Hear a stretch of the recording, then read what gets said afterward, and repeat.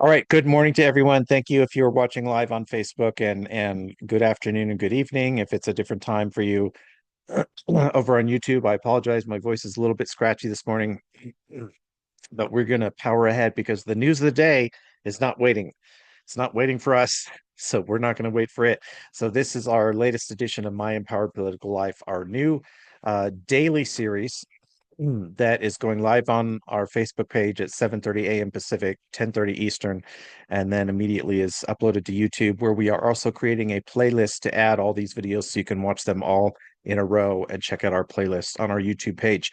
Down below in the description, there will be a link to our Facebook page, a link to our YouTube page, a link to a free opt-in where you can learn simple actions you can take on a daily basis if you want to live an empowered political life and stay informed, as well as an opt-in to our new Monday AMA. We're going to try out a new thing for the next few weeks. We're going to have a Monday Ask Me Anything, which will be at 8 a.m. Pacific, 11 a.m. Eastern every Monday. So check out the opt-in link below in the description if you want to opt into our Monday AMA list and get the links and reminders.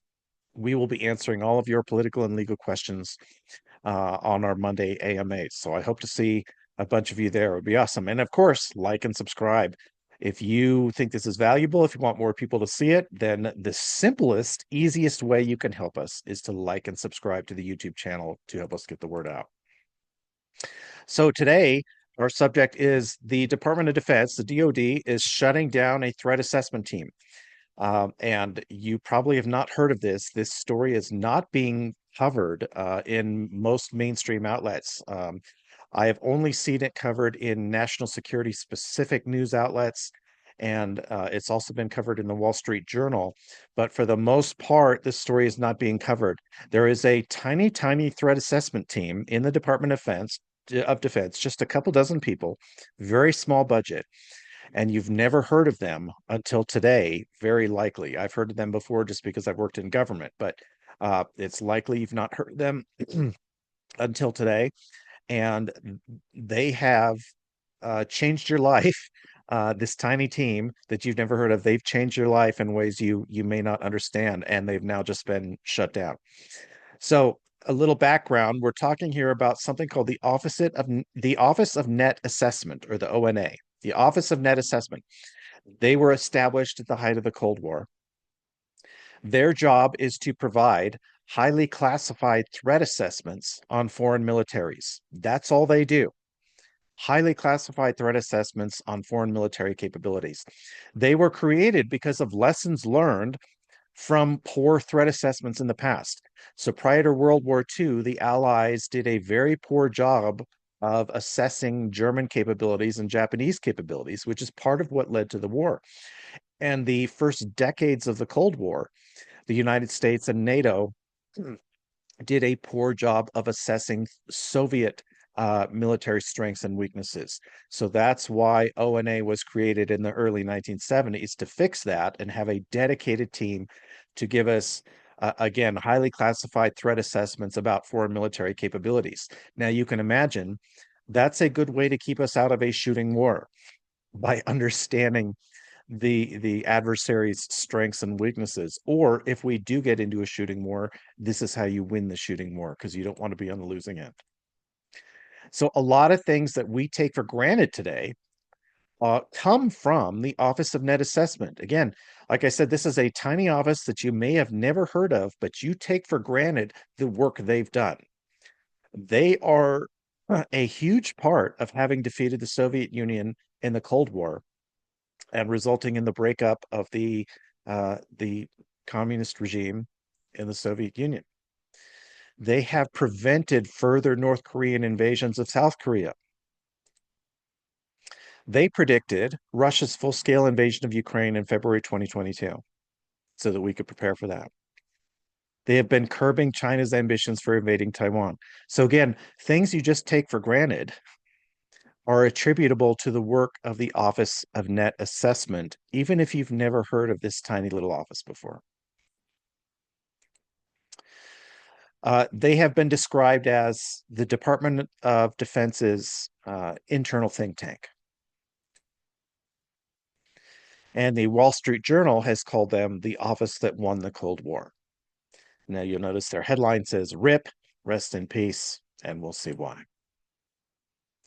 So this week, the Secretary of Defense, Pete Hegseth, he shut down ONA.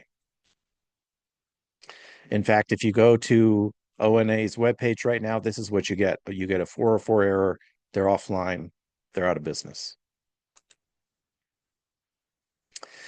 This was done rather suddenly and with very little explanation. And so the entire national security establishment was taken by surprise and they're confused.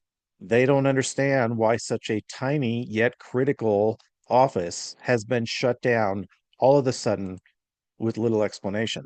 And it does not make sense as a cost-cutting measure. We're talking about a couple dozen people and maybe a $10 million annual budget. It's not clear what their budget is. 10 million, maybe 20 million, which, as you might imagine, that sounds like a lot of money to each of us individually. But in the context of a $6.5 trillion federal budget, this is not even a rounding error. So it doesn't make sense as a cost-cutting measure. But here's the press release. So let's see, what does the Defense Department have to say? Here's their press release explaining why they shut down the Office of Net Assessment.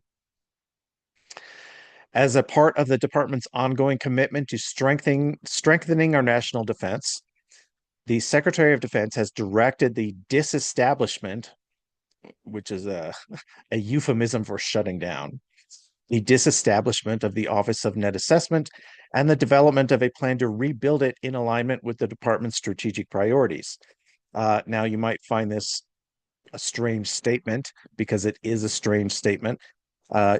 Talking about strengthening our national defense, this tiny office has been critical to our national defense in the past and continues to be, or would continue to be in the future. And it's not at all clear what they mean by rebuilding it in alignment with priorities. I would think our strategic priority is not getting in a shooting war. I'm not sure what's more important than that, but that's what this office was doing, was keeping us out of shooting wars. This decision ensures that our resources are focused on the most pressing national security challenges while maintaining accountability and efficiency.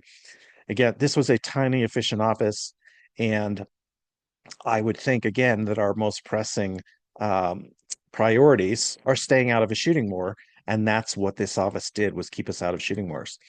The press release goes on to say, all ONA personnel will be reassigned to mission-critical roles within the department.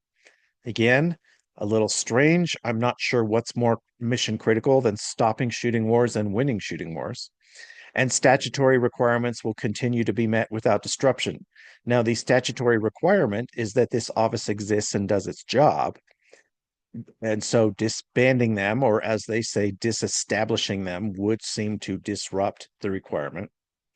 The department remains committed to conducting a rigorous forward-looking strategic assessment that directly informs defense planning and decision-making. Again, that's what this office was doing already. So the press release is sort of your classic political doublespeak nonsense that doesn't really tell us what's actually happening. So the Wall Street Journal just had an editorial on this. Their editorial board was very concerned about the, quote, disestablishment of the Office of Net Assessment. So here's from the Wall Street Journal. Most Americans have never heard of the Office of Net Assessment. The outfit exists to ponder threats lurking over the horizon and stress test military planning assumptions, removed from the parochial service interest or the brass. For decades after its creation, the small shop was crucial in defying received wisdom. In other words, their job, this tiny group, their job was to think outside the box, to look at the facts on the ground, to look at real raw intelligence, and to develop highly classified recommendations based on reality and not based on people's preconceived notions. That's what they were doing. The Wall Street Journal editorial board, they went on to say the ONA was early to perceive that the Soviet Union was far weaker than understood, and they spotted the percolating threat from China while the US was still focused on fighting in the Middle East. One of their bedrock beliefs was that peace is an interlude between wars and thus ought to be viewed as a vital time to prepare. Now, that sounds Sounds perhaps to some of us like a negative viewpoint, but the reality in human history is that peace is just an interlude between wars. Human history is a series of wars.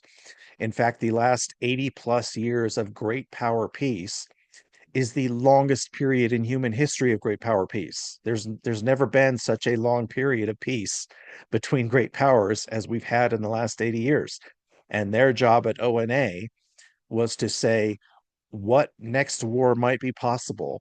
How can we prevent it? How can we use peacetime to prevent the next war? Or if we get dragged into it, how do we win the next war? And to think outside the box. And they were just disestablished, as the press release from DOD says.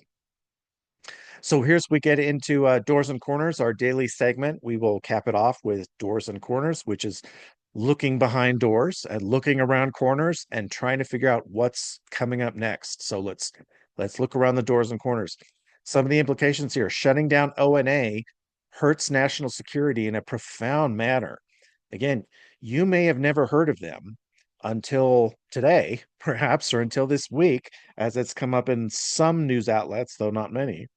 But they have been protecting us. They have been keeping people alive. They have been stopping wars, and they've been making sure that if we do get into a war, we can win the next war. And so for decades, they've been a vital piece in our national security strategy and planning. Shutting them down as a cost saving measure makes no sense. I did the math. Their budget is 0.000001% of the federal budget. So we are not even talking about a rounding error in the federal budget. So it does not make sense as a cost cutting measure. And for that tiny amount of savings, we are losing the office that has kept us out of shooting wars, kept our enemies at bay, saved lives in the real world for decades.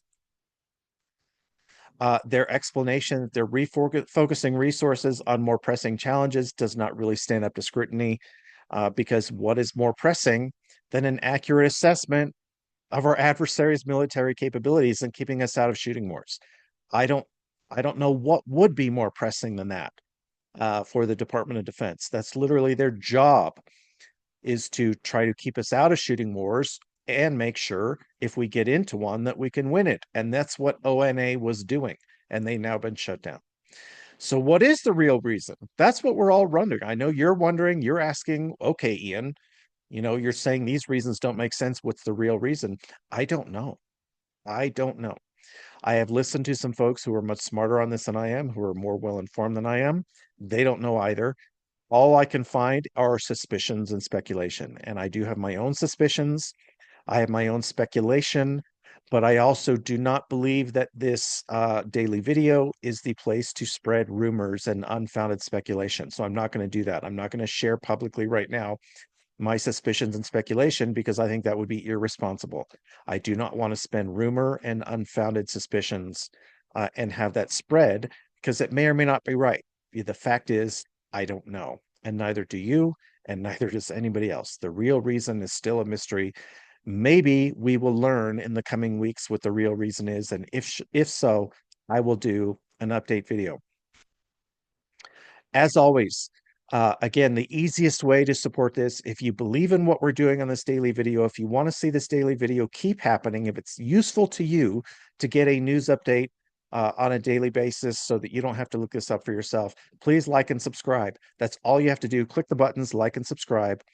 That is the easiest way for you to help us spread this message, to get it out there to a wider audience, to help more people understand what's happening.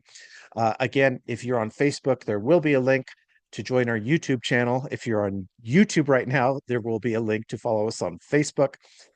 And you will find links to live your own empowered political life with a easy checklist on what you could do with a daily basis, as well as the link to join our Monday AMA, which we are going to try starting this Monday, 8 a.m. Pacific, 11 a.m. Eastern, to see how it goes on a weekly basis. So thank you very much. Comment below if there are specific stories you want us to cover, and comment ONA, the letters ONA, Office of Net Assessment, if you want to see further updates on this story as I receive them. Thanks so much, everyone, and I hope you have a wonderful day.